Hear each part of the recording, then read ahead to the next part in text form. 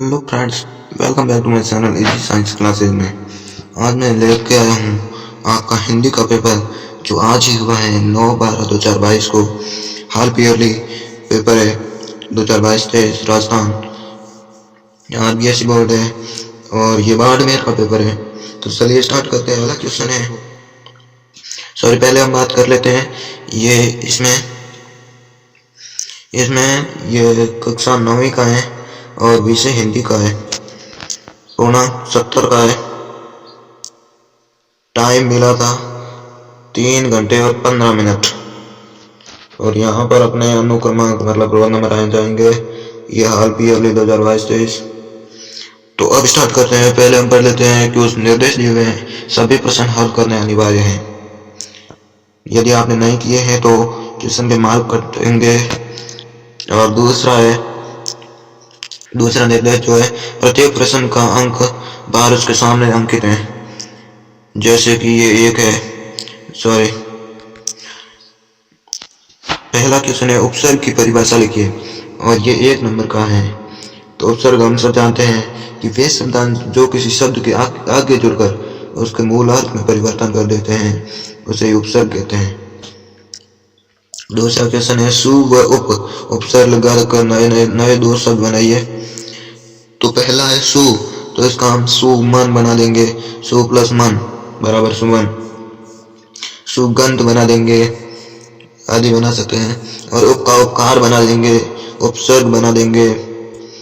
तीसरा क्वेश्चन है, सूर्य तथा चंद्रमा के दो पर्यायवाची लिखिए। सूर्य तथा चंद्रमा के, सूर्य का हो जाएगा रवि भानु भास्कर, रवि भानु, ये 2 हो गए। और चंद्रमा का हो जाएगा चंद्र राकेश,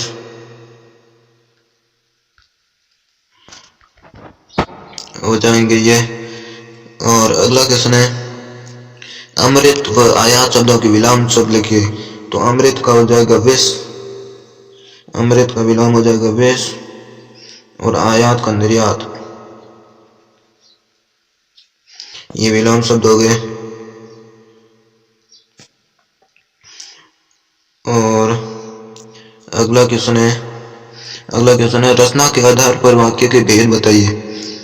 तो इसका आंसर हो जाएगा 3 भेद होते हैं। रचना के आधार पर वाक्य के 3 भेद होते हैं। और प्रत्येक किसे कहते हैं, ये उपसर्ग का उल्टा है। उपसर्ग था किसी शब्द के आगे जुड़कर, तो ये हो जाएगा किसी शब्द के पीछे जुड़कर। वे शब्दांश जो किसी शब्द के पीछे जुड़कर उसके मूल अर्थ में परिवर्तन कर देते हैं उन्हें प्रत्यय कहते हैं। अगला है, सरल वाक्य की परिभाषा दीजिए। तो इसका आंसर हो जाएगा, एक उद्देश्य वाले वाक्यों को सरल वाक्य कहते हैं। और अनल तथा अनिल के अर्थ बताइए। तो अनल का हो जाएगा आग और अनिल का हो जाएगा हवा। निम्न ये क्वेश्चन जो है आपके गलत से पढ़वा है थोड़ा। निम्न मुहावरों का अर्थ लिखकर वाक्य प्रयोग कीजिए। इसमें कोई मुहावरा नहीं दिया हुआ है, इसलिए आप कोई अपने मन से मुहावरे लिखकर आइए आ गए हैं, पर अपने मन से लिखना चाहिए क्योंकि इसमें मुहावरे नहीं दिए हुए हैं, इसलिए अपन को लिखना पड़ेगा। इसमें थोड़ा मिसप्रिंट हुआ है, तो इसमें आप लिख सकते हैं 9 2 11 होना, 9 2 11 होना भाग जाना, 9 2 11 होना का अर्थ है भाग जाना। और वाक्य प्रयोग के लिए हम कह सकते हैं कि पुलिस को देखकर चोर 9 2 11 हो गए। अगला क्वेश्चन है, लेखिका 15 अगस्त 1947 के दिन आजादी के जश्न में शामिल क्यों नहीं हुई। ये हमारे कोर्स से भी बाहर था,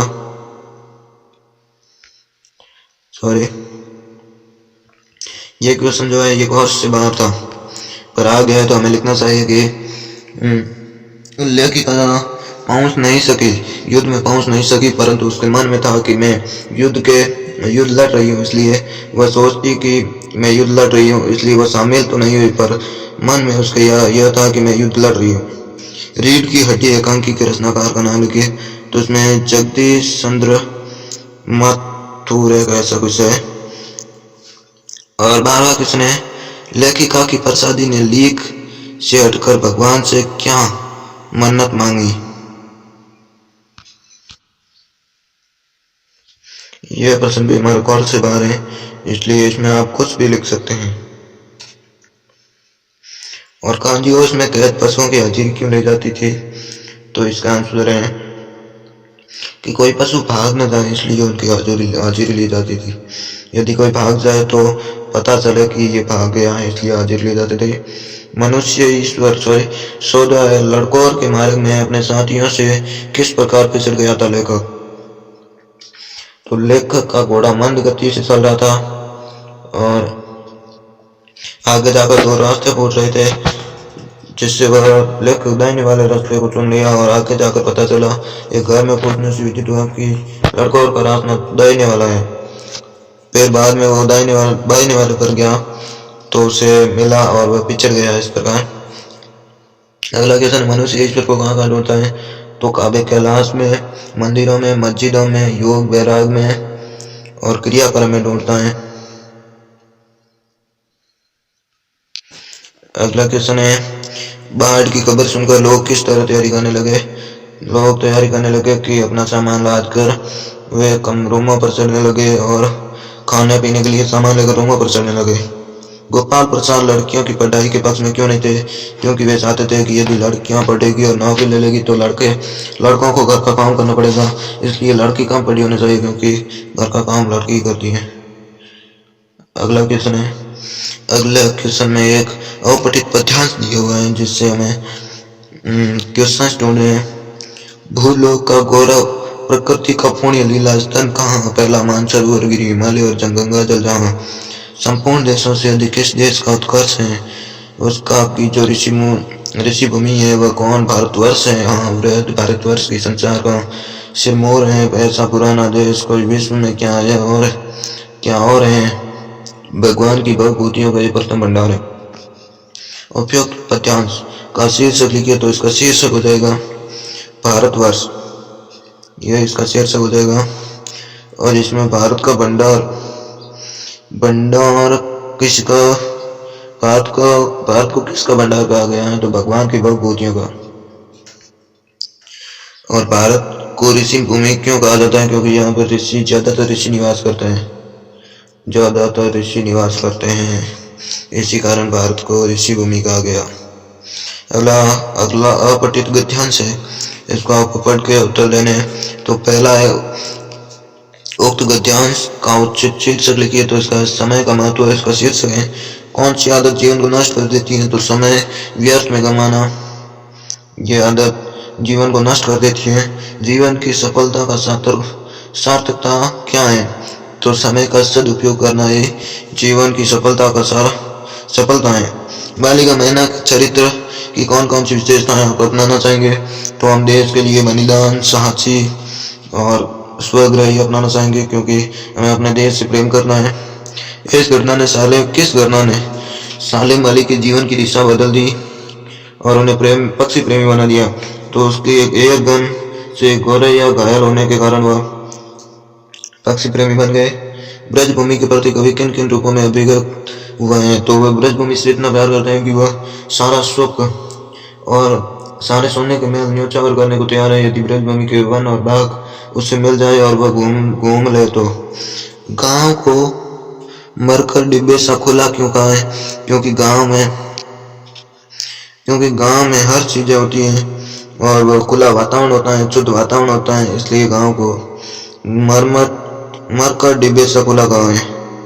अगला क्वेश्चन क्या है देखते हैं। अगला क्वेश्चन है, मृत्यु का तरल दूत। निम्न प्रश्नों के उत्तर दीजिए। तो पहला है, मृत्यु का तरल दूत किसे क्यों कहा जाता है? तो मृत्यु का तरल दूत जो बाढ़ होती है उसको कहा जाता है, क्योंकि उसके द्वारा कई हजारों लोगों की प्रतिवर्ष मृत्यु हो जाती है, इसलिए मृत्यु का तरल दूत कहते हैं। इसमें से एक करना है तो मैं एक बताता हूँ आपको, ये बता दिया मैंने। मृत्यु का तरल दूत किसे और क्यों कहा जाता है? और रीढ़ की हड्डी एकांकी के आधार पर रामस्वरूप और गोपाल प्रसाद की चारित्रिक विशेषताएं बताइए। तो रामस्वरूप जो थे वो लड़कियों की शिक्षा के पक्ष में थे और गोपाल प्रसाद लड़कियों की शिक्षा के पक्ष में नहीं थे। और रामस्वरूप कहते हैं कि लड़कियां और लड़के बराबर पढ़े हुए हो, परंतु गोपाल प्रसाद कहते हैं कि लड़कियां कम और लड़के ज्यादा पढ़े हो, क्योंकि घर का काम करती है लड़कियां। इसका आंसर इतना ही होगा। अगला क्वेश्चन है 26वां, गद्यांश की स्वप्रसंग व्याख्या कीजिए। इसमें स्वप्रसंग व्याख्या करनी है, तो ये आप ही कीजिए। पहले आपको स्वप्रसंग लिखना है। इसमें लिखना है ये किसके द्वारा लिखा गया है, तो ये प्रेमचंद, मुंशी प्रेमचंद के द्वारा लिखा गया है। मुंशी प्रेमचंद के द्वारा लिखा गया है। और ये गद्य के बारे में बताया गया है। इसमें दूसरा है स्वप्रसंग व्याख्या कीजिए, तो इसमें ये ललजत कवियत्री के द्वारा लिखा गया है। वहां के रूप में रस्से कच्चे धागे की खींच रही में नाव, जो कब सुने मेरी पुकार, करे देव भव सागर पार। पानी टपके कच्चे चिकोरे, व्यर्थ प्रयास हो मेरे, रहे मेरे जी उठती रह जाने साह है घेरे। कवियत्री कहती है, कवियत्री अब बूढ़ी है, और जिस प्रकार कच्चे धागे से नाव को खींचा जाता है, और उसी प्रकार अब मेरा जीवन है। जाने कब सुने मेरी पुकार, प्रभु कब मेरी पुकार सुनेगा, कब मुझे भवसागर पार दिलाएगा। पानी टपके कच्चे चिकोरे में, जिस प्रकार पानी कच्चे चिकोरे से टपकता है, उसी प्रकार मेरे प्रयास व्यर्थ जा रहे हैं। जी में उड़ती रह होकर जाने की साह के घेरे, मेरे जी में हुक रह कर हुक हो रही है, और रह जाने साह के घेरे मेरी साह पूरी नहीं हो रही है।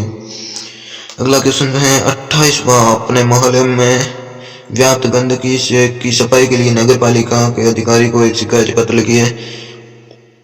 इसमें आपको एक पत्र लिखना है, और आज के उपभोक्तावादी संस्कृति, रीति रिवाज और त्योहारों को किस प्रकार प्रभावित कर रही है स्पष्ट कीजिए। तो हमारे जो भी संस्कृति में चीजें बेचते हैं उसके ऊपर लिखे हुए ही देखते हैं लोग, वे संस्कृति को नष्ट कर रहे हैं लोग, ऐसा आपको लिखना है। अगला क्वेश्चन क्या है देखते हैं। अगला क्वेश्चन, निम्न में से किसी एक पर विषय पर 500 शब्दों में निबंध लिखिए। तो इनमें से किसी एक पर आपको 500 शब्दों में निबंध लिखना है।